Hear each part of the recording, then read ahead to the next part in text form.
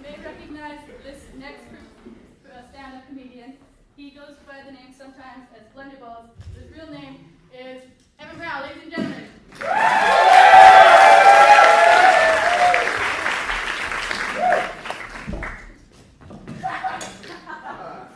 This is going to be the second stand-up set to feature Glenn's coffee. So this is the story of how I robbed Glenn's coffee. This is totally true. This actually happened. So in the summer, I was dropping off a package for a friend, and it was a package of mushrooms. Actual mushrooms. Not like Pink Floyd mushrooms, where it's like, ooh, colors, like nice Italian dinner, gonna impress girlfriend's parents' mushrooms. So I had to drop off these mushrooms. I had a lot of mushrooms because I'd gone to Costco and I bought 6 pounds of mushrooms, which is weird because you're in Costco and it's like, this is a great deal. And then you leave Costco and you think, am I fucking stupid? Like I bought 6 pounds of mushrooms. But I used to take deals like lightly. I used to joke about them, but not anymore. Like, that's when I realized I was an adult, because I'm going through Save-On and I'm like, hold up, whoa. Those crispy minis, they're 4 for $5. Yesterday they were 3 for $4. Shit, babe. We're dining like kings tonight. I get excited at deals, even in commercials. The commercials would be all like, oh, Ford 150, chrome finish, most torque, built Ford top. I was just going like, ooh, 0% financing? Lease for $250 for 0 down? Oh man, that's my language. Like the way other people are with like celebrities and gossip, that's the way I am with like the realty section of the paper. I just get super into it. I'll just be flipping and it's like, hold up. I do that a lot in my life, just like, whoa, mind-blowing event. 2 bedrooms, 1 bath, North Van, 1.5 million. Bitch, please. So I had all these mushrooms. And I got home and I felt really bad about having all these mushrooms because it's just this moment where I'm like, am I the guy who's destroying the rainforest? Like, am I getting so much stuff that I'm just like wiping out loads of trees? Like, we need more mushroom plants for this guy.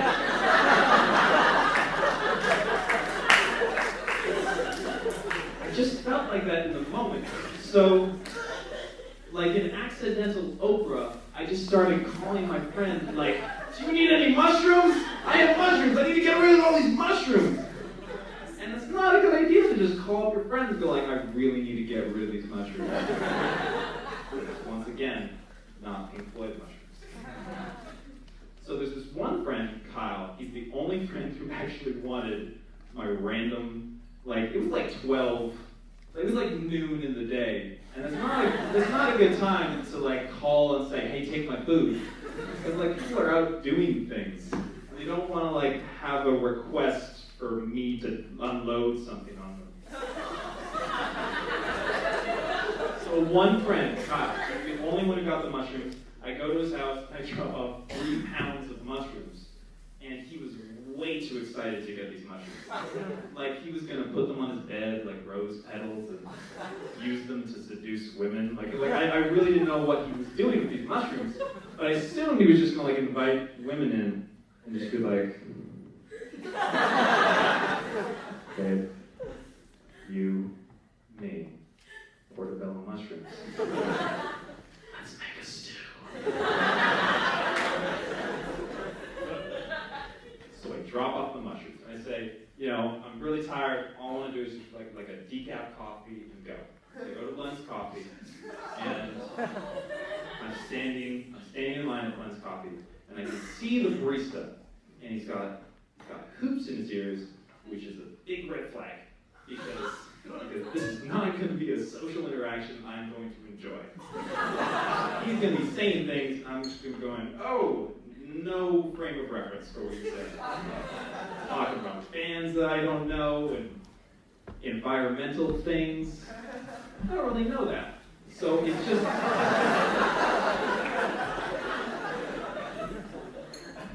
like, I still call it global warming. Like, it's climate change now, and you say global warming, people are like, whoa, hey, be respectful. Like, I thought I was. So I'm in line at Blend's Coffee, and the person in front of me, I also noticed this. I noticed that every time someone orders something, the barista has like this hearty laugh that's like it's the greatest thing they've ever heard. So the girl in front of me, she goes up, and she's like, yeah, can I get a medium cafe mocha? And the barista goes, oh, fantastic. It's a fucking drink. It's not like her brothers returning from Afghanistan. So the girl gets her drink, and she leaves. And I go up and I say, hey, can I get a small decaf coffee? And the barista goes, shit you not, he goes, like, I think I made the most standard order in the world. No, I didn't even. I had to get decaf. I couldn't handle a small coffee. It does not deserve a nice. It deserves like a good hustle at best.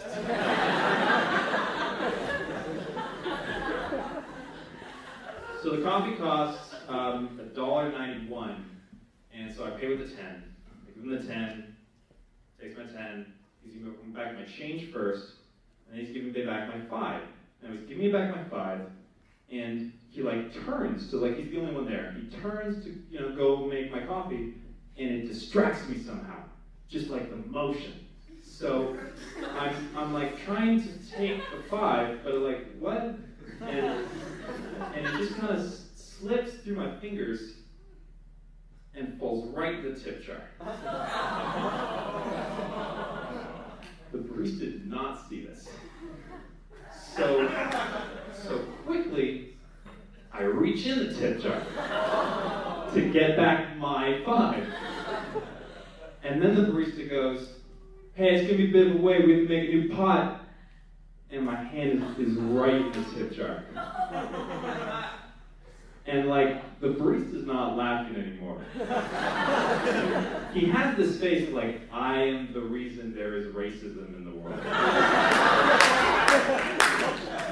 So there's just this dead, frozen silence, and I'm just looking up, and the only thing I say is, this is mine.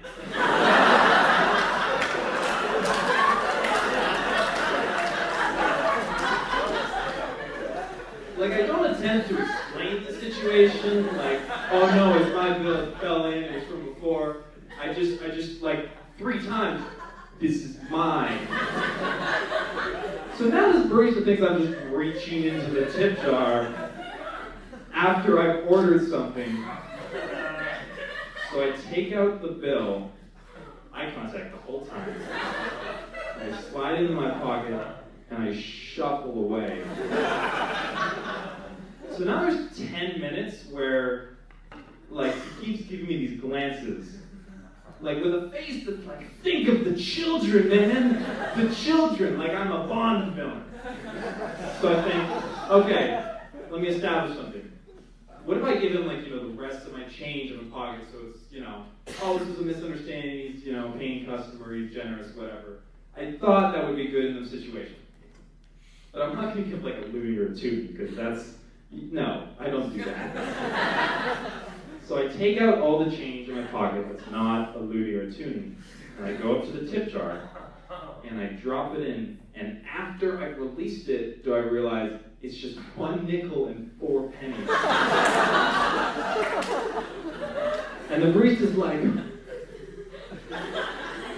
I'm mocking him, like, take this discontinued penny. Ugh.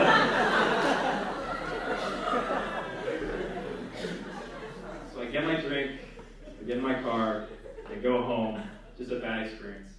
And only when I get home do I realize my mistake, because I got my car keys, and I'm putting them in my pocket, and then I feel the silky polymer texture of a new bill, and I realize that I'd taken a 20 out of the tip jar instead of my 5. Which led me to some interesting questions, such as, who the fuck tips a 20? Thank you, everyone.